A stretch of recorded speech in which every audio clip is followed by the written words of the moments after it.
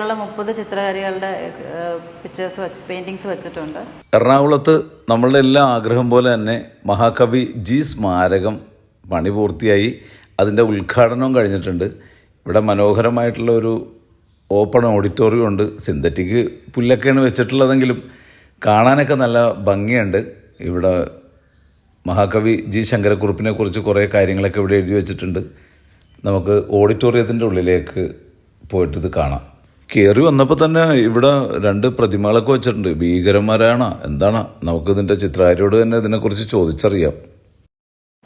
ഇതിപ്പം ഇവിടെ കേരളത്തിലുള്ള 30 ചിത്രകാരികളുടെ പെയിന്റിങ്സ് വെച്ചിട്ടുണ്ട്. ചിത്രകാരികളാണ്, സ്ത്രീകൾ അല്ലേ? സൃഷ്ടികളാണ്. എല്ലാ സ്ത്രീകളുടെയാണ്.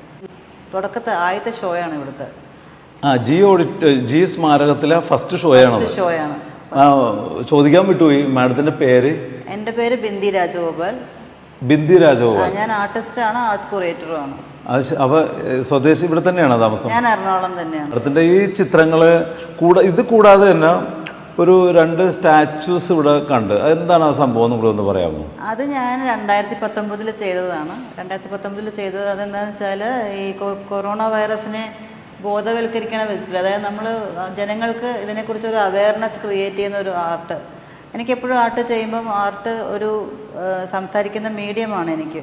ഈ ഇൻസ്റ്റലേഷനിൽ പറയുന്നത് കാരിയറായിട്ടാണ്. ഈ ഇൻസ്റ്റലേഷൻ ക്യാരി ചെയ്യുന്നത് ഇയാളുടെ അധികം ഡിസ്റ്റൻസ് വെച്ചിട്ടില്ല, ഡിസ്റ്റൻസ് കുറവാണ്. ഇയാളൊന്ന് തൊട്ടോ തടവോ ചെയ്യുകയാണെങ്കിൽ അടുത്ത ആൾക്ക് അപ്പോൾ അഫക്റ്റഡ് ആണ്. ഈ വായുവിൽ കൂടെ പോലും ഇത് സഞ്ചരിക്കും. അത്രയും അടുത്താണ് ഇത് വച്ചേക്കുന്നത്.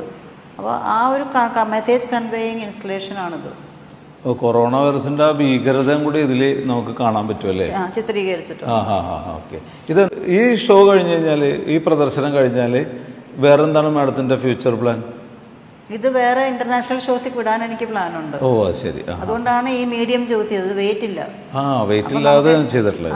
വെയിറ്റ് ഇല്ലാത്തത് കൊണ്ട് നമുക്ക് ഇതിനെ കൊണ്ടു നടക്കാനൊക്കെ പീസാക്കാൻ പറ്റുമോ? ഊരാൻ പറ്റും. അത് ശരി.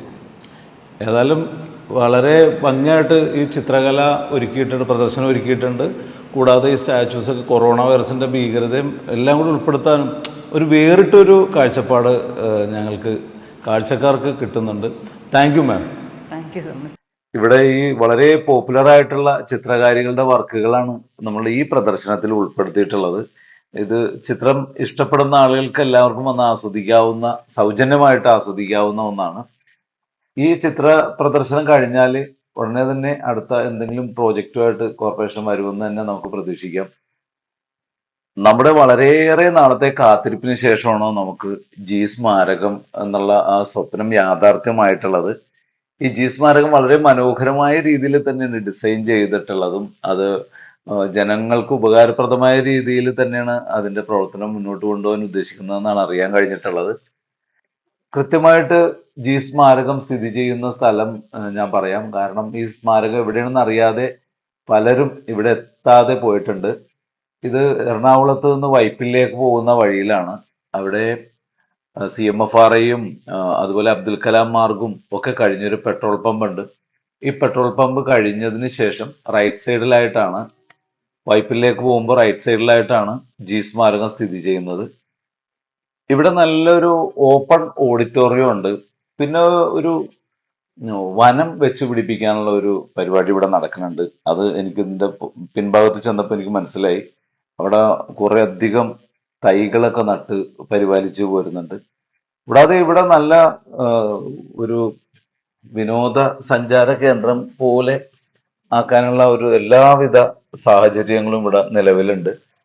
ഏറ്റവും കൂടുതൽ സഞ്ചാരികൾ വരുന്ന ഒരു ഏരിയ ആണിത്.